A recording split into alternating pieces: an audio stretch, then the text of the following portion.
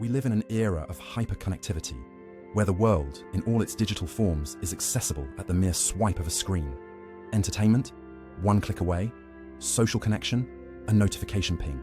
Knowledge, just type a query. In theory, we are more empowered than ever. We are surrounded by opportunities to learn, connect, and create.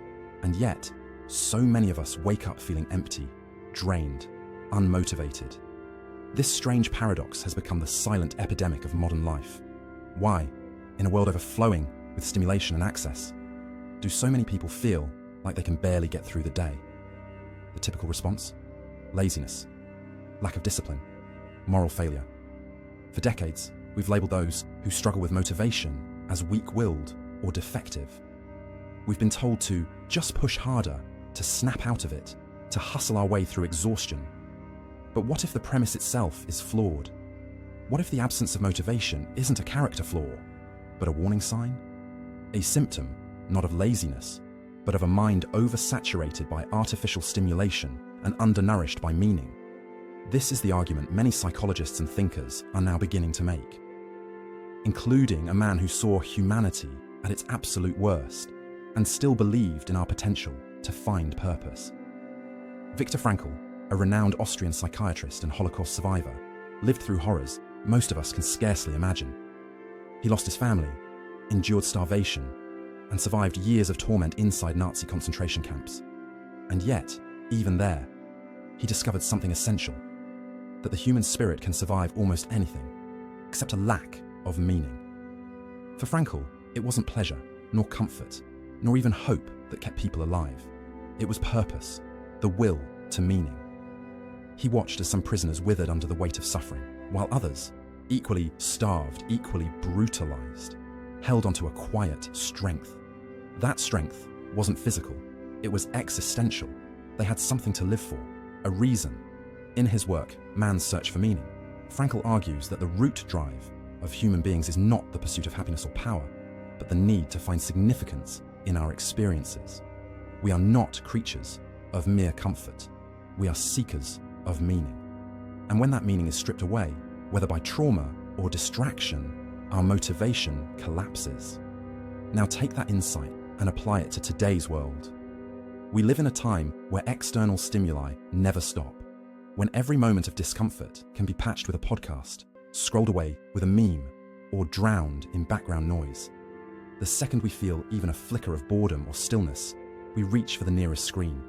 Our lives are engineered for distraction, and the price we pay is our connection to ourselves. The modern mind is constantly activated, constantly entertained, constantly on. And while this might seem productive, it's anything but.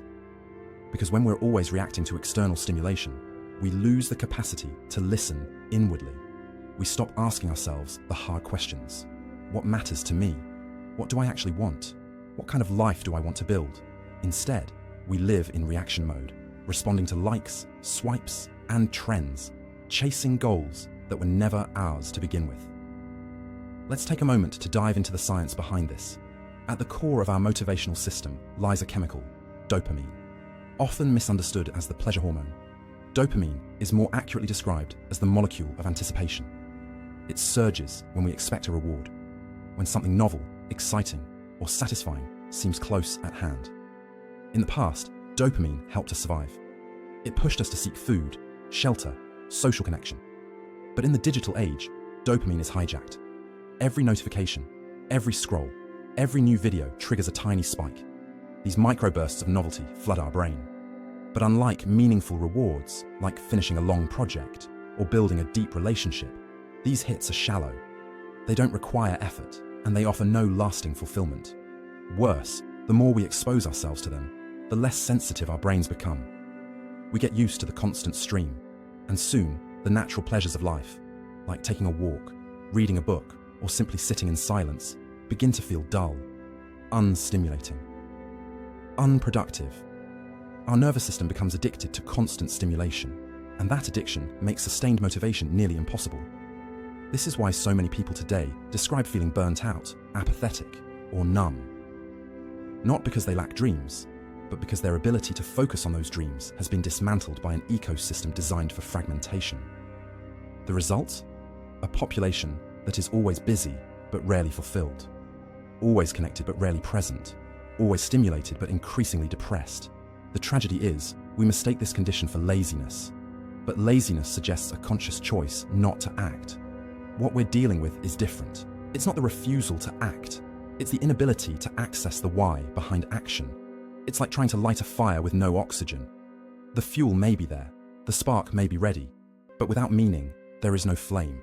And so we scroll, and scroll, and scroll, hoping something will reignite us, that something on the next page, the next video, the next dopamine hit, will make us feel alive again. But it doesn't, because the problem isn't lack of content. The problem is a deeper absence, a loss of orientation, a loss of connection. Frankl's insight is more relevant now than ever. When a person cannot find a deep meaning in life, they distract themselves with pleasure. Think about that. Not all distraction is avoidance, but when it becomes compulsive, when it becomes the only thing standing between us and an emotional crash, it's no longer harmless. It's a form of quiet despair. To be clear, distraction isn't evil. Entertainment, when intentional, can be nourishing. But when it becomes our default state, our only state, we run into existential danger. Because human beings are not built for endless reaction. We are built to create, to reflect, to build meaning out of experience. So if you've been feeling unmotivated, don't rush to judge yourself.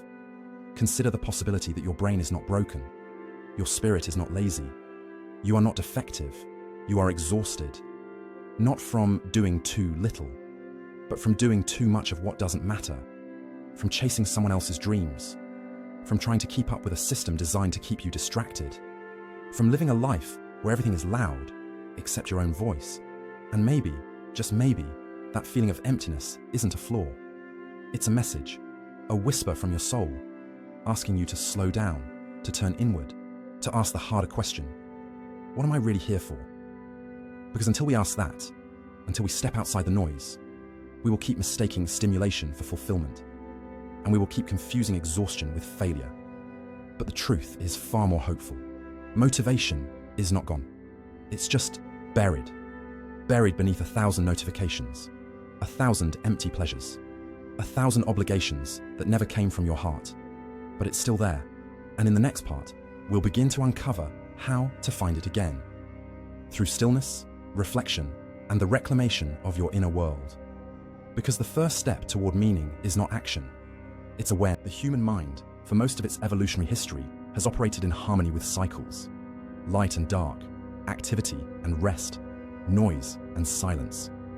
Our ancient ancestors rose with the sun and slept with the stars. They foraged, hunted, told stories around fires, and spent long hours in stillness, observing nature and contemplating the sky. Their nervous systems were attuned to natural rhythms. Fast forward to today, and our environment has changed faster than our biology ever could. We live in artificial light, saturated sound, and a never-ending deluge of information. Every spare moment is filled. Podcasts in the shower, scrolling while eating, answering emails while walking. This modern way of living is not neutral. It is not sustainable. And it is not without cost. What happens to a mind that never gets a break? A mind that is always reacting, always processing, always stimulated? It begins to fragment. The fragmented mind is not one that lacks intelligence or creativity. On the contrary, many of the most overwhelmed people today are also the most thoughtful and gifted, but their attention has been divided so many times, split across so many tabs, notifications, and obligations, that it becomes difficult to string thoughts together into anything coherent or meaningful. Instead of thinking deeply, we skim. Instead of feeling fully, we suppress. Instead of creating from the soul, we react from habit. In time, the fractured mind loses access to reflection, and with it, the power to understand itself. Reflection is not simply a luxury. It is the foundation of psychological coherence. It's how we process experience, extract insight, and realign with what matters. Without reflection, our memories become noise, our feelings become static, and our behaviors become patterns we no longer understand. The modern psyche is not unmotivated. It is disoriented. We are constantly bombarded by stimuli engineered for engagement, not nourishment. Algorithms don't care about your values, your mental health, or your dreams. They care about your attention span. And when your attention is stretched thin, your identity, once a stable narrative, starts to fray. What does this look like in real life? It's the person who works a demanding job, scrolls TikTok to decompress, binges Netflix to escape, and wonders why they feel hollow. It's the student who aces tests but can't remember why they're in school. It's the artist who hasn't created in months, not out of laziness, but because they've been drowning in noise. At first, this kind of fragmentation feels like fatigue. Then it turns into apathy. Then it becomes despair. In this state, even the smallest tasks feel monumental. Dishes, emails, phone calls. Your body is functional, but your inner compass is lost. The mind that once dreamed now only survives. And here's the paradox. In a world full of stimulation, people are dying from sensory overload. Not the lack of excitement, but the absence of space. When there is no room for silence, there is no room for self. Viktor Frankl warned of this. In his view, human beings do not just need purpose, they need the time and freedom to hear their inner voice. When our lives are reduced to reaction, that voice becomes inaudible. And so, we begin to fill that void with anything. More apps, more shopping, more productivity hacks, more substances. These are not indulgences. They are survival strategies. But they are deeply flawed ones. Because what we are truly craving is not more dopamine. We are craving coherence. We want to feel whole again. We want to feel like our actions mean something, that our choices are ours, that our days are building towards something real. But this cannot happen without pause. Without silence, the mind cannot integrate. It cannot consolidate memory, understand emotion, or form intention. This is why people often report having their best ideas in the shower, or during a walk, or just before sleep. These are rare moments when the noise dies down, when thought is allowed to breathe. But such moments are increasingly rare, and the cost is enormous. We've created a society that sees stillness as laziness, that treats rest as something to earn, that glorifies burnout. And in doing so, we've created generations who are constantly busy, but deeply lost. Let's be clear. The modern epidemic of burnout, anxiety, and apathy is not just personal. It is systemic. It is spiritual. It is the inevitable consequence of a culture that values output over alignment, speed over depth, visibility over truth.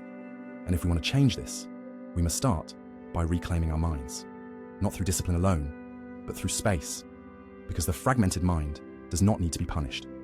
It needs to be held. It needs to be heard. It needs to be quiet. In the next part, we will explore how this fragmentation leads not only to exhaustion, but to emotional disconnection. Why it becomes so hard to care, to dream, to love, and how reintroducing meaning, not productivity, may be the true cure for modern demotivation. In the previous sections, we've seen how constant hyperstimulation and digital overload have gradually numbed the modern mind. Now, we dive deeper into a more nuanced layer of this crisis, how our collective exhaustion is being mislabeled as laziness, and how the illusion of productivity masks a deeper existential void. Think of the average day for a modern person. Wake up, check phone, scroll through news or social media, rush to work or class, attend meetings, answer emails, switch between a dozen tasks, try to keep up with endless messages. Then come home, perhaps watch a series, scroll again, check notifications, and collapse into sleep. Throughout this cycle, the mind rarely rests. It is constantly reacting, constantly absorbing, constantly responding, and slowly but surely, it breaks. This is not weakness. This is not a lack of willpower. This is the inevitable collapse of a nervous system that was never designed to function under such relentless pressure. But society doesn't see it that way. When someone says, "I feel stuck," the response is often, "Try harder." When someone says, "I can't concentrate," they are told to eliminate distractions. When someone confesses, "I feel nothing," the advice is often to be grateful, to just be positive. All of these responses assume that the problem lies in the individual, that the person is broken and must be fixed. But what if the problem is not internal? What if the problem is a system that glorifies exhaustion, idolizes busyness, and praises people not for being alive, but for being productive? Modern society has turned productivity into a moral virtue. If you're busy, you're valuable. If you're exhausted, you're hardworking. If you're burned out, you must be giving your best. The more you sacrifice your health, your relationships, your mental clarity for deadlines and deliverables, the more you're celebrated. But this model is not sustainable. We are living in a burnout culture, a culture where stopping is shameful, resting is guilt-inducing, and silence is suspect. In such a world, the absence of motivation is not a failure. It is a natural, even healthy protest. It is the soul saying, I cannot continue like this. Yet most people don't hear that message. Instead, they try to self-correct. They buy planners, download productivity apps, follow motivational influencers, push themselves harder. And for a moment, it works. The adrenaline kicks in, the dopamine spikes. A few tasks are completed, but soon the cycle repeats. The fatigue returns, deeper than before. Because the real problem was never about doing more. It was about why we are doing any of this in the first place. This is where Viktor Frankl's insights become deeply relevant. Frankl taught that human beings are not driven by pleasure or achievement, but by meaning. Without meaning, effort becomes toil. Without purpose, even success feels hollow. So what happens when a person pours all their energy into tasks that have no connection to their inner values? They succeed perhaps, but they feel empty, because success without purpose is just another form of failure. It is more dangerous because it looks like winning. We need to stop asking, how can I be more productive? And start asking, what is worth producing? We need to stop measuring ourselves by how much we get done and start asking whether any of it actually matters to us. And here lies a painful truth. Many of us are chasing goals that were never ours to begin with. We studied what others said was respectable. We chose careers that promised stability. We pursued relationships that looked good on paper. We sacrificed our passions for security, our rest for recognition, our peace for approval. And now we wonder why we feel so tired. This is not failure. This is misalignment. A life lived according to someone else's blueprint will always feel like a burden. Real motivation doesn't come from guilt, fear, or pressure. It arises naturally when there is alignment between our actions and our values. When we wake up in the morning, knowing that what we are about to do matters to us. But in order to create that alignment, we need to do something radically uncomfortable. We need to stop. We need to disconnect. We need to step away from the noise long enough to hear our own inner voice. And this is hard, because in a world that never stops talking, silence can feel terrifying. But silence is not the enemy. Silence is the doorway. It is in silence that we remember who we are. It is in stillness that we reconnect with what truly moves us. It is in boredom that creativity is born. It is in discomfort that clarity emerges. And it is only when we embrace this discomfort that we can begin to live on our own terms. Many people resist this process. They say, I don't have time to reflect. But that is like saying, I don't have time to breathe. Reflection is not a luxury. It is a necessity. Without it, we lose ourselves. Without it, we become robots, executing tasks without intention. Frankl believed that between stimulus and response lies a space, and in that space lies our freedom. But in the modern world, that space is shrinking. Every notification, every ad, every task narrows that gap. Until we are no longer choosing, we are simply reacting. This is how people lose years of their lives in jobs they hate, relationships that drain them, habits that numb them, not because they chose this, but because they never paused long enough to choose something different. So how do we reclaim that space? We start by doing less, not as a strategy of laziness, but as a radical act of self-respect. We turn off the phone for an hour.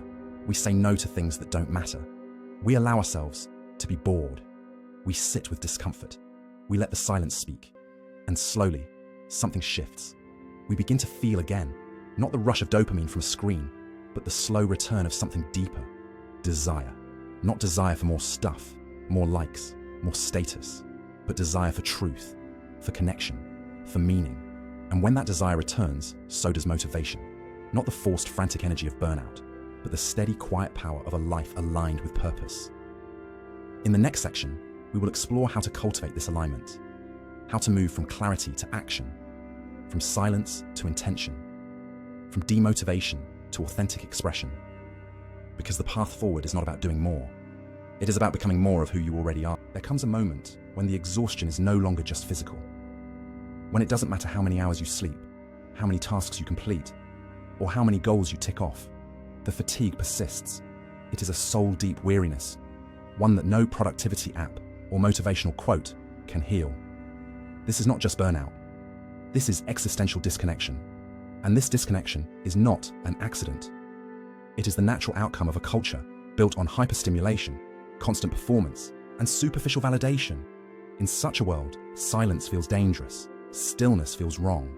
But it is in this very silence and stillness that the path back to ourselves begins. We have been trained to measure our lives by outputs, to see rest as laziness, introspection as unproductive, and silence as a void that must be filled. We rush from screen to screen, task to task, moment to moment, with little time to ask, why? What is all this effort for? What are we running toward? Or, more importantly, what are we running from? Viktor Frankl, who survived some of the darkest conditions imaginable, reminds us that the last of human freedoms is the ability to choose one's attitude in any given circumstance. But to choose, we must first pause. We must first become aware. And awareness requires space, not just in our schedules, but in our minds. The power of pause. A pause is not an interruption. It is a sacred space where clarity can emerge. It is in these pauses that we remember who we are beneath the noise. In a moment of silence, we can hear the faint call of something authentic, something that has been trying to speak to us all along. The modern world, with all its conveniences, often silences this voice. It tells us what to want, who to be, how to think. It offers endless stimulation as a substitute for reflection.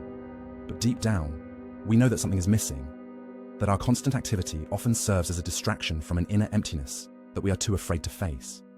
But here lies the paradox. The very emptiness we try to escape is also the doorway to a more meaningful life. It is in the stillness, in the quiet discomfort of being alone with our thoughts, that we can begin to ask the questions that matter. Not what should I do next, but what truly matters to me, from performance to presence. One of the greatest tragedies of modern life is the replacement of being with performing. We present curated versions of ourselves, seek applause from invisible audiences, and internalize the pressure to always be achieving. But real presence, real aliveness, cannot exist in this performance loop. Presence demands vulnerability. It requires that we stop performing long enough to actually feel. To feel our pain, yes, but also to feel joy, wonder, connection, purpose. These feelings cannot be scheduled or optimized. They emerge in moments of openness, when we are willing to be with what is, rather than what should be. This is not a call to abandon your goals or ambitions. Rather, it is an invitation to examine the roots from which those goals grow. Are you driven by genuine values or by fear of inadequacy? Are you moving towards something meaningful or simply running away from stillness? Silence as resistance. In a world that profits from your distraction, being silent is an act of resistance. Turning off your phone, refusing to check notifications, spending time alone without consuming. These are revolutionary acts, not because they are flashy, but because they reclaim your attention, and attention is your most precious resource. When you begin to reclaim your attention, something shifts. You start noticing what you truly care about. You begin to recognize the difference between artificial urgency and authentic importance. You develop discernment, the ability to say no to what drains you and yes to what nourishes you. This discernment is the first step toward living intentionally, toward acting not from compulsion, but from alignment. And when your actions are aligned with your values, motivation stops being a struggle. It becomes a natural outgrowth of connection. Connection to self, to purpose, to life. The journey inward. The hardest journeys are not the ones we take across continents or career paths. The hardest journey is the one inward, into the messy, complex, beautiful terrain of our own minds and hearts. This journey requires courage, not the loud kind of courage that climbs mountains or runs marathons, but the quiet kind. The kind that is willing to sit with discomfort, to listen to the questions we'd rather ignore, to admit that we don't have all the answers, and to keep going anyway. It also requires compassion, because you will stumble, you will fall back into old patterns, you will get distracted, overwhelmed, and discouraged. But every time you return to yourself, to your values, to your truth, you strengthen your inner compass. From fragmentation to wholeness. A fragmented mind cannot create a whole life, and most of us are living in pieces. Our attention is scattered, our identities splintered, our time consumed by the urgent rather than the important.